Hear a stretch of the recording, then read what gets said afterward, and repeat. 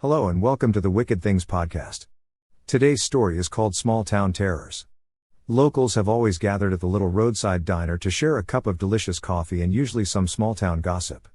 But there is something very different in the tales being shared today. After my death at the hands of the twin fishermen, I stand a silent, an unseen vigil in the small roadside diner. My unfinished task to offer witness to the tales of this small town in Florida called Port St. John. I watched as the young couple entered and settled in for dinner. The waitress approached as she usually does and collected their order. The dark-haired young man in a gray t-shirt and jeans leaned in and asked, "What happened then?" The heavily perfumed, athletic, blonde-haired teen girl looked around and leaned in close to the boy, but the tale she offered was a warning. The following was the message I took away from the conversation I witnessed. The modern world holds many real dangers that would drive the general population to madness if they knew the truth of the unseen world.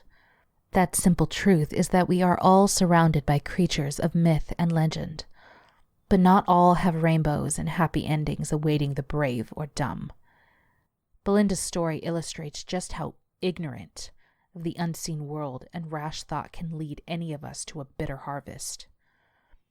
The front door to the small apartment bursts open as a frightened woman in her secretarial office wear enters weeping. Belinda turns and slams the door closed. "Angel, where are you? We have to stop it." Her confused blonde roommate walks out of her bedroom in a nightshirt, half asleep, wiping at the crust at the corner of her eyes. "What's with all the yelling? I was taking a quick nap." Belinda locks the front door and storms down the small hallway with light wooden flooring to Angel. "It was real. It's all real."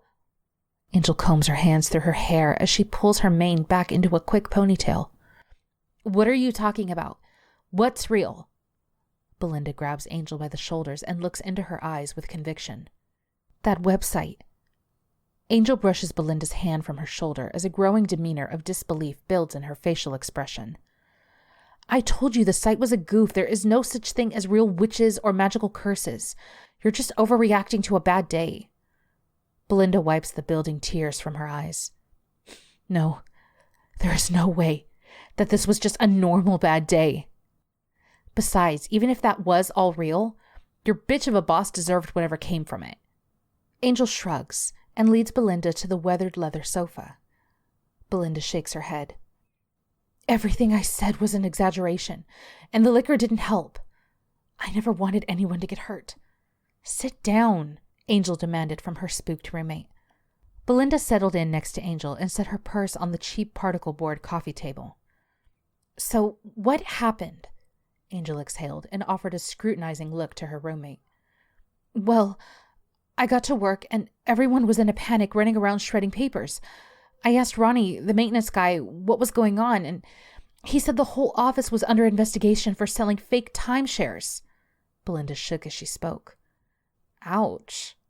Angel recoiled at the picture Belinda was creating of the day's activities. "The feds showed up and arrested people left and right. I thought I would go to jail after they questioned me about my job at the office." Belinda buried her face into her palms and sobbed. "Belinda, come on now, quit crying and tell me what happened." Angel lifted Belinda's face by her chins while holding a compassionate look at her roommate's confession. Belinda took a deep breath. "They took everyone but Ronnie and me away in handcuffs."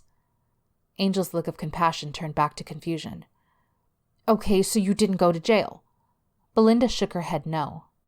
Angel continued her investigation. "You didn't get arrested?" Belinda shook her head no. Angel's confusion mounted. "Were you fined?" Belinda shook her head in defiance of her question. Angel stood and looked down at Belinda with a judgmental glare. "So why the hell are you crying?" Belinda wept again. "I knew you wouldn't understand." Angel shrugged. "What is there to understand? They arrested your bitch of a boss and those other dicks who gave you for illegal real estate deals. They're in jail. You're free." Belinda shook her head. But nothing. Things will get better, I promise." Angel flopped back down next to her very emotional roommate. Belinda's expression told Angel there was more to come. "What? Just spit it out already." Angel exclaimed impatiently. They froze all the accounts, Belinda blurted out. So? Angel interrupted. Even payroll, Belinda offered. Leroy will understand you need time to get another job. We have never been late with the rent before. I'm sure it will be okay, Angel shrugged. Besides, he has a crush on me. Angel smiled as she leapt to her feet and started twerking in an effort to disarm her friend's emotional state. I'll just wiggle my butt and he'll agree to anything. Belinda chuckled through her tears and emotions. You would, you slut. They both laughed at the thought. Angel hugged Belinda. It'll all be fine. You wait and see. I got you. You and I will either fail or succeed together. Belinda smiled. You always know just the thing to say to get me out of my bad mood. Angel stands up and strikes a sexy pose. I'm a gorgeous bitch. Now, go get a shower. We're going out tonight. Pinto's Lounge? Belinda asked with a smile. Now go wash the stink off and let's go. Angel motioned for Belinda to shoo away. Belinda practically skipped out of the living room and made her way to her room to find clothes and get a shower. Hey, I think the bartender's nephew will be there tonight with his band. Angel spoke loud enough for her roommate to hear in her room. Belinda slipped down the hallway, clothes in hand, and entered the bathroom to shower and prepare for the night's fun to come. As she stood in the shower with the steamy hot water caressing her athletic frame, Belinda heard Angel enter her room and then walk to the living room. I'll be out in a few. Okay. Angel's voice echoed down the barren wood-floored hallway. Belinda got out of the shower and toweled off. She paused, hearing the doorbell ring. Could you get that, Angel? Angel's voice responded through the cheap apartment bathroom door. Yeah, but hurry before I change my mind about going out, Belinda thought to herself. You had better not. I washed my hair.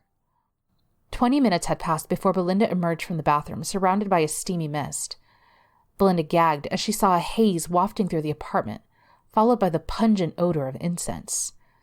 Good God, Angel, what's that horrible stink? Belinda, could you please come to the front room? Angel's voice called out. Sure. Who was that at the door? Belinda called out as she traversed the hallway to the front room. Belinda adjusted the belt of her dress as she entered the living room. Does this look okay?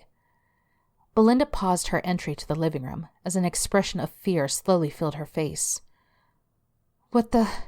She looked into the incense smoke-filled room filled with people in long darkened robes. Rope-bound Angel, and sitting in the center of a ring of black candles on top of a quickly spray-painted pentagram. Belinda, is there something you need to tell me? Angel asked. I thought you said the site was a fake, Belinda blurted out. A single robed figure stepped forward and pulled a long, serrated Bowie-style camp knife from out of his sleeve. You ignored our calls about the bounced check. Consider this our collection policy. The robed figure ran its gloved fingers through Angel's hair and grabbed a handful by the root and bent her head backward, exposing her neck. No, please! Angel and Belinda yelled out. I take life for a life owed. The robed figure slid the knife between Angel's clavicle and neck, allowing a fountain of crimson to bellow out of the wound. The bright crimson sprayed onto Belinda in rhythm to Angel's pounding heartbeat. Belinda stood frozen as she watched her roommate's life drain away. Angel's eyes slowly glazed over, and her body collapsed to the floor, following the last winding droplets of blood oozing from her wide-open wound. Belinda stood motionless, unable to find her voice. The robed figure stepped across the slowly growing pool of her roommate's essence. The pungent metallic smell of blood mixed with the odor of the incense. The robed figure stopped in front of Belinda as her eyes widened.